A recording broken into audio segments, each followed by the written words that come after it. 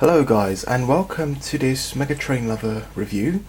And in fact we are reviewing two locomotives. Now they're both by Hornby, as you can see, and they're both the same type, but they are obviously have different liveries, and you'll see there is a slight difference between them. Both of them are the Hornby Sentinel locomotives. One of them is R3355. It's a Wabtec 040 diesel number HO13 Sentinel locomotive. On the back you just get the detailed scale model, not suitable for 14 years, in many different languages including Danish, German, French, Spanish, Italian, so on and so forth. The other locomotive is an Esso Sentinel shunter. It's called Catewater, not entirely sure, but yes, but this is one of the older models. I think this was released in 2013 along with two other models. This is one of the newer ones that was released last year. So as you can see, they're already out of the box, and I've given them a run in, and they've both been DCC'd, and I bought both of these at the London Festival of Railway Modelling in Alexandra Palace. But anyway, let's get on to the locomotives themselves. The first locomotive I'll be reviewing will be the Esso shunter, which is right here, and then after that the Wabtec shunter will follow, which is just here. So anyway, let's get on with the Esso shunter. Wow.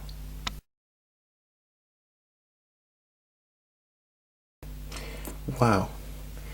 Just look at that. I mean, considering that it's such a tiny model. Oh, it's a bit of a gap there.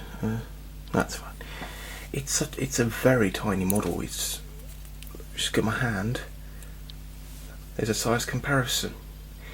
It's smaller than my old hand. It is. It is by far the smallest locomotive I've ever owned. This and the other Sentinel shunter. But as you can see on the side, it says Esso Bitumen Plymouth. It says Sentinel there, and it's called Catewater or Cadewater, but you see the Esso logo there. Now at the front you get a very nice grille. This is actually a very realistic looking grille. You get lights which do not work; they're just molded on. As you can see, oh sorry, you can see that the lights are just molded on. The buffers are not sprung, but that's okay. And you get the wasp striping at the front. And then the coupling is NEM, and what you can also do is you can remove the coupling, and in the detail pack you get this extra panel which you slot in there, and it basically completes the whole wasp striping to make it look much more realistic. You can see that there's a sword at the front. If you can see that silver, it's basically a sword, and it says Sentinel on it. On the side there it says, I'm not entirely, let me just focus. It says powered by Rolls-Royce, so it has a Rolls-Royce engine in it. And I really like this feature where inside these panels it's not just molded in, it's actually open, just like on the real locomotives. And considering how wide it looks from the front end, the bonnet is actually very narrow. You get wipers on the windscreens, which is really nice, and you do actually get a bit of cab detail. You get the handbrake there, and then a couple of bow handles. Just focus. I just want to focus. There you go. We can't really see it from maybe from the back. But yeah, there is some detail in the cab. The handrails are separately fitted, and there is in fact space for a decoder. You have to buy a 4-pin decoder from Hornby, and the decoder, you plug it in just beneath the controls of the cab, and then the decoder is situated just beneath the rear bonnet, right there. At the back, it looks similar to the front of the locomotive with, once again, the Sentinel sword, although the grille here is different from the one at the front. Once again, the buffers are not sprung at the back and the lights do not work. But yeah, but as you see, the detail underneath is pretty impressive. You get brake rods, underneath you get the vacuum tank, and the main difference between this one and the Wabtec shunter, which I'll show you later, this is chain driven, so this, as you can see, has no coupling rods. Inside the engine drives a chain which turns these wheels, in real life obviously. But yeah, considering how small this locomotive is, the detail on it is very impressive. But anyway, let's put the Esso shunter down.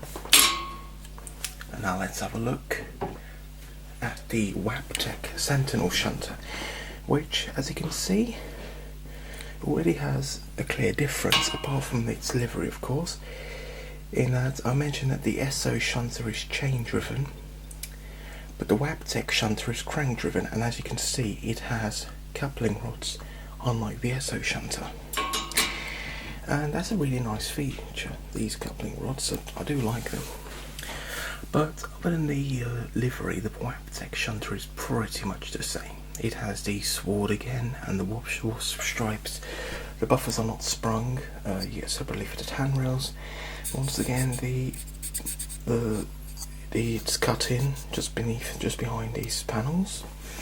You do get cab detail and yes, it's pretty much the same as the Esso shunter, with the exception of its livery, where it says Wabtec Rail Limited just there, focus, and it says Sentinel and its number is HO13. But I really like these coupling rods, but of course it's a different drive mechanism. That's chain driven, this is crank driven, and once again this is powered by Rolls-Royce, as it states there.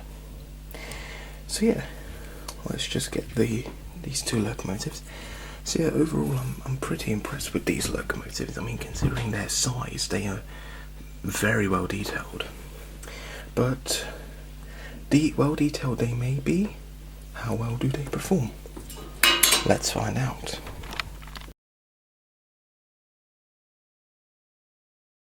So here we are at the layout, and despite this being a double review, I will not run these at the same time, as both of them may have the differences in performance.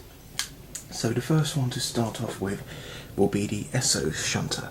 Now it only has 4 wheels, which means, there you go, it's that simple. Let's select its number, which I believe is number 45. Nope. Yes, 46. Off she goes. Oh, it's not that. Oh, there you go. There it is.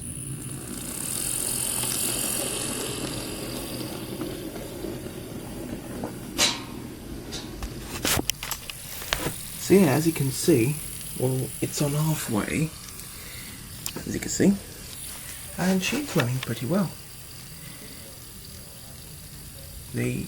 Obviously, being a shunter, she wouldn't have run at very high speeds, but let's just put her up to full speed. Let's just make her go a bit faster. This is now about 3/4 of the way. Oh, she negotiated those points quite easily. Yeah, she's running very well. The mechanism is really smooth. Let's see a few line sight shots.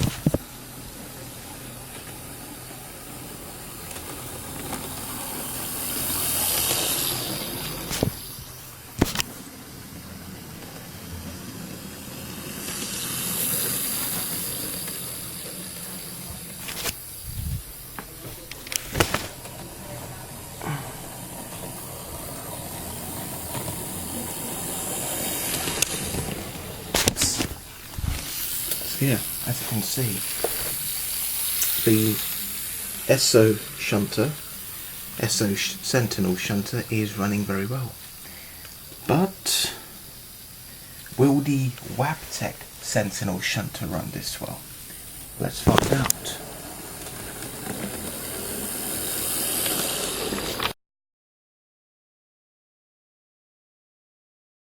So back again, and here's the Wabtec shunter. There you go, the Wabtec Sentinel. Select this number and off she goes.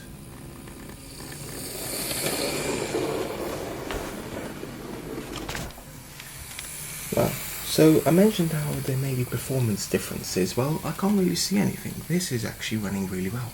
And I just love the way the coupling rods, or the crank mechanism, is just spinning around there. That's a really nice feature. So let's make it go at the same speed as the Esso Sentinel. There we go. And let's get a few run-by shots.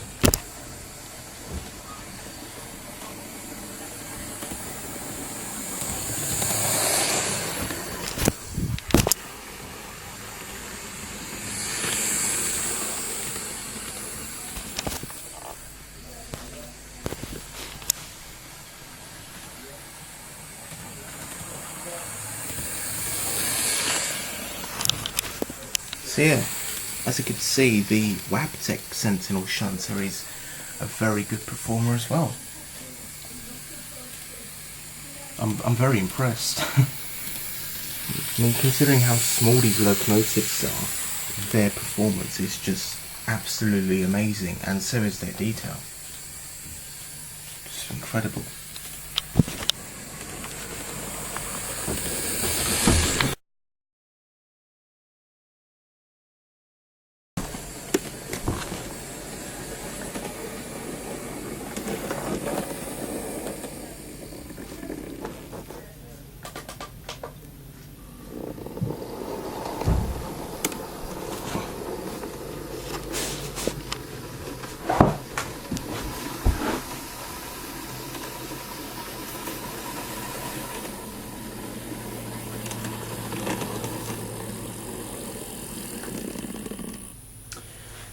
In conclusion, I definitely recommend these. If you can buy two of them, I definitely recommend them.